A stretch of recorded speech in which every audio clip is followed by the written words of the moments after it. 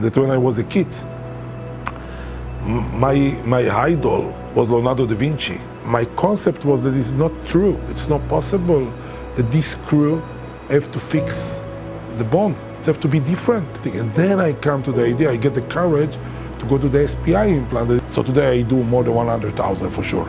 And I say, you know, in the morning when I pray, and I pray, okay? What I know is that you have to do the best. I never thought about the money, never.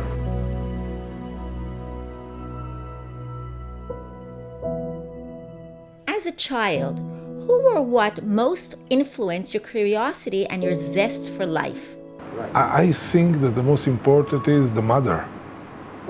What the mother give you, you know. My mother, I was born in Israel and live in Pardes Katz. Is not a nice, let's say, it's not the best place to be there. The environment is a poor environment. It's not the best area for education and communication, but you know, the mothers say to you all the time, you are the best, you can do everything. Trust God, that's all. Trust God. God will help you. So for mother, give power to your children. It's important. How did you become a dentist? I go to high school, I finish high school, and I was in the army.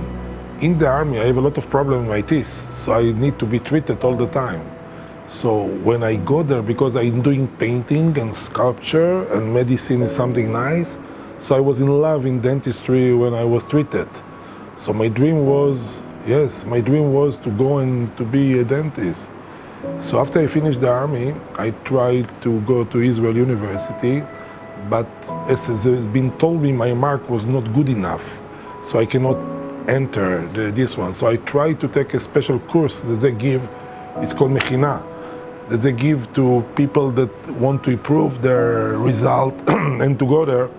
But then they say that I'm not candidate because my parents have some degree of income, and then this is belong to the very low income, so I cannot go. So unfortunately, I cannot go inside Israel University to study dentistry.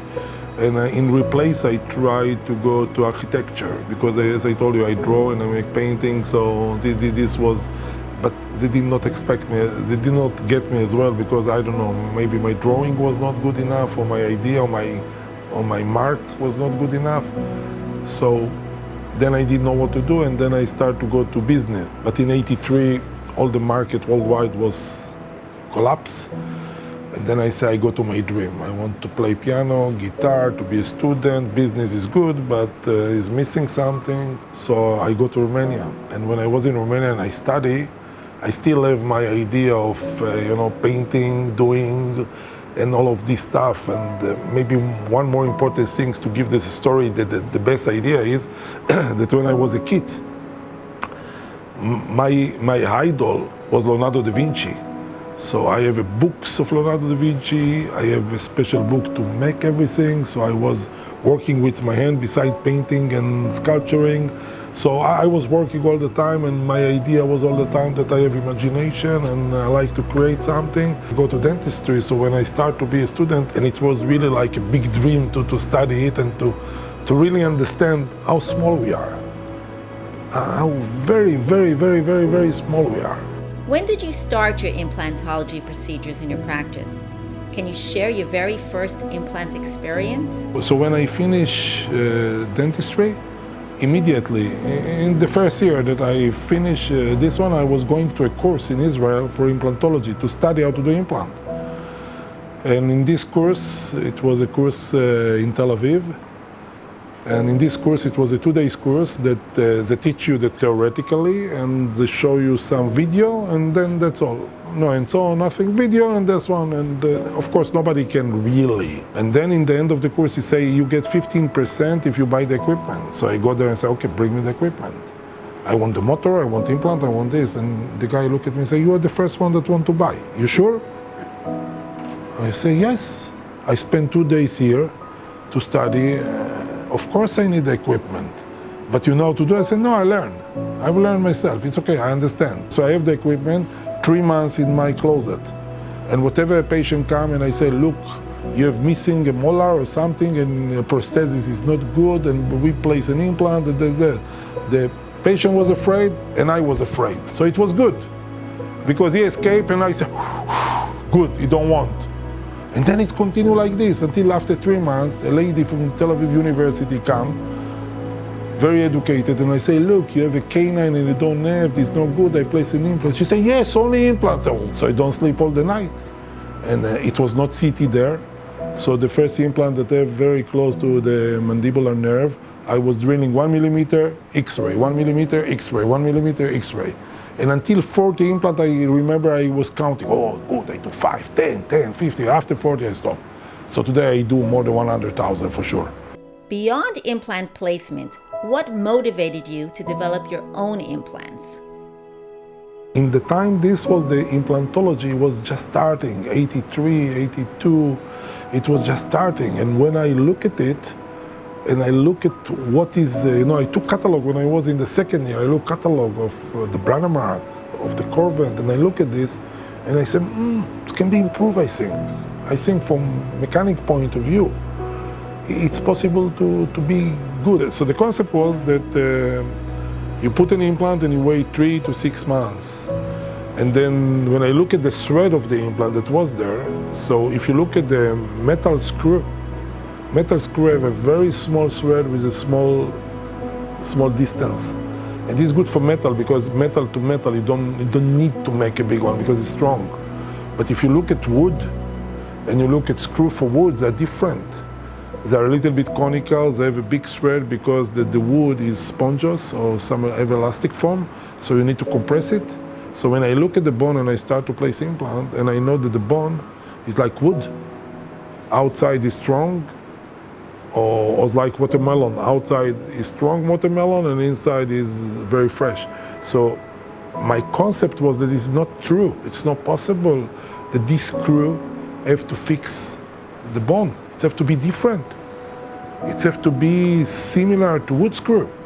But nobody have the courage even to think about this, because Brandemark have the thread design 0.6 pitch and 0.3 this one and 60 degree.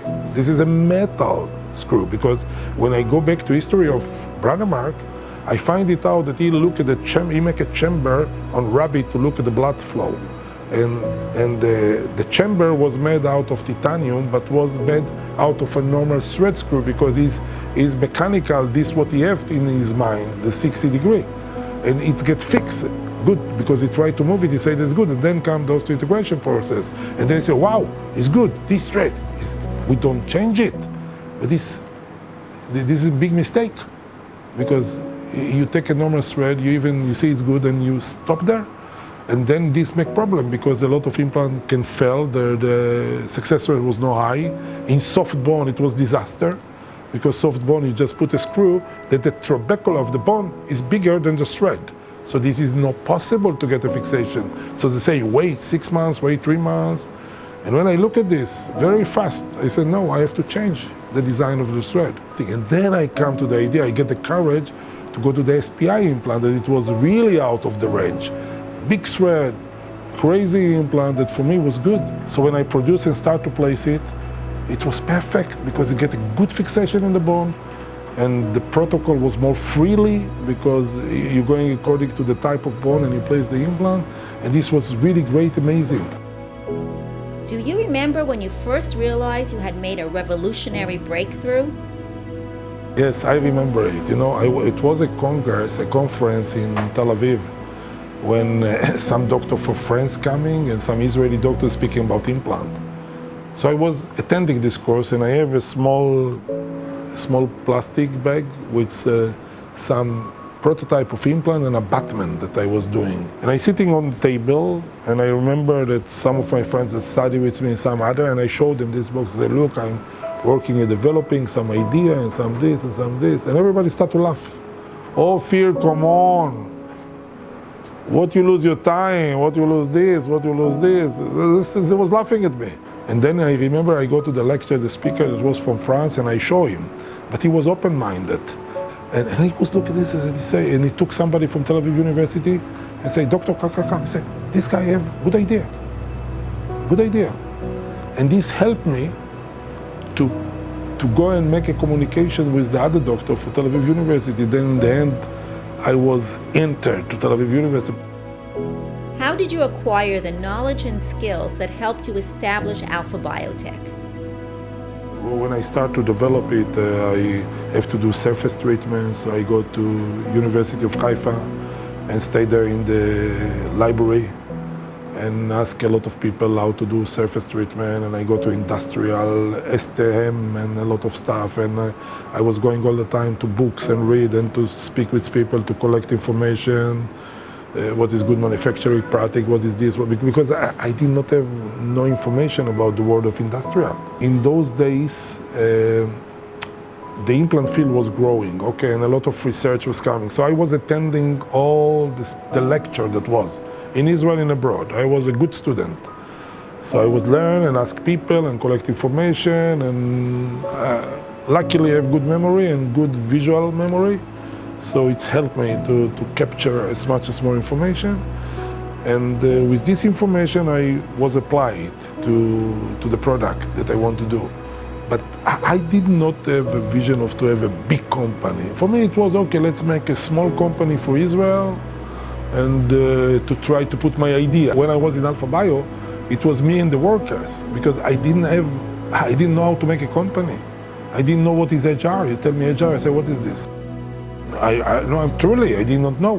And I see the result is good because I was following the industrial study that surface have to be clean, material have to be the same, American standard ASTM. So I ask people and I collect information and I gather it together, and I think the product was good because we see it now, 30 years. Still in function, still good. The concept of this SPI, this concept of changing for the metal screw that was like the Brannemark type to the type of screw of the SPI with a big thread that can go for immediate loading or can go for good fixation was influenced all the world.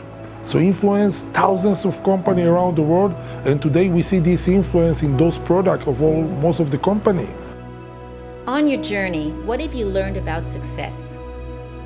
What I know is that you have to do the best. I never thought about the money, never. It was not interesting me if the company will make money or not make money.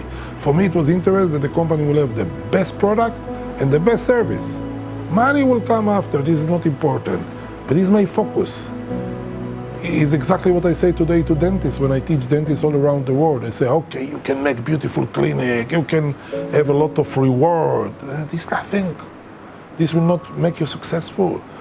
You want to be successful, you have to think about any patient that come to you, that this is your father or your mother, and treat them this way.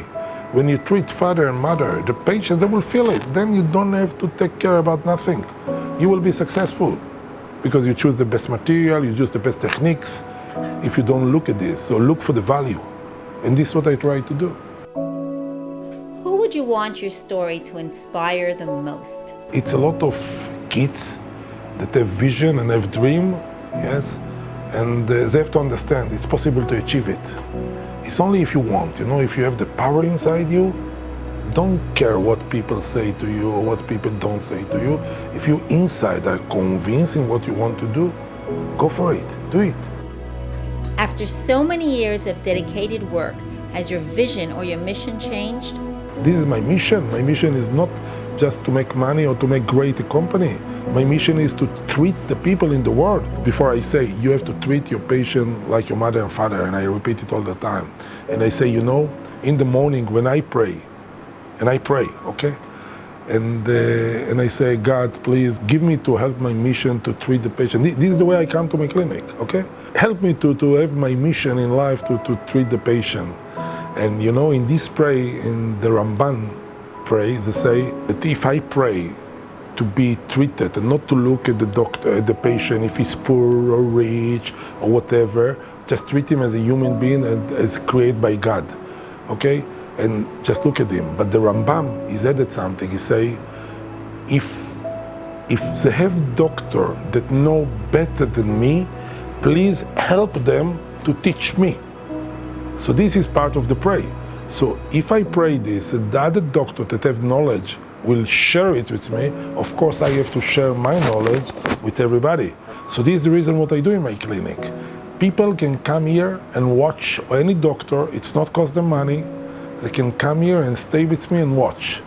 And it's free, because this is the prayer that I pray, so I have to fulfill it for the other people as well.